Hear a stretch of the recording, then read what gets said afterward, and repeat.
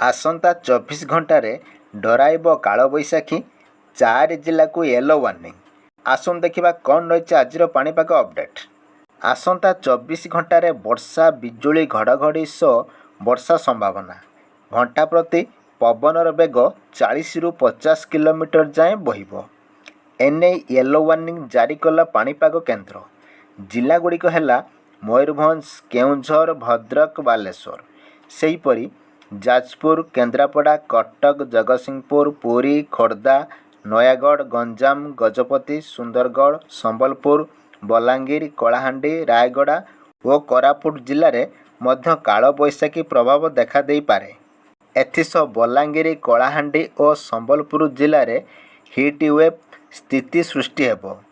ସେହିପରି ଉଷ୍ମ ଓ ଆର୍ଦ୍ରତା ସ୍ଥିତି ବାଲେଶ୍ୱର, ଭଦ୍ରକ, ଯାଜପୁର, କେନ୍ଦ୍ରାପଡ଼ା, କଟକ, ଜଗତସିଂହପୁର, ପୁରୀ, ଖୋର୍ଦ୍ଧା, ନୟାଗଡ଼, ଗଞ୍ଜାମ ଓ ଗଜପତି ଜିଲ୍ଲା ପାଇଁ ସତର୍କ ସୂଚନା ଜାରି କରିଛି ପାଣିପାଗ କେନ୍ଦ୍ର।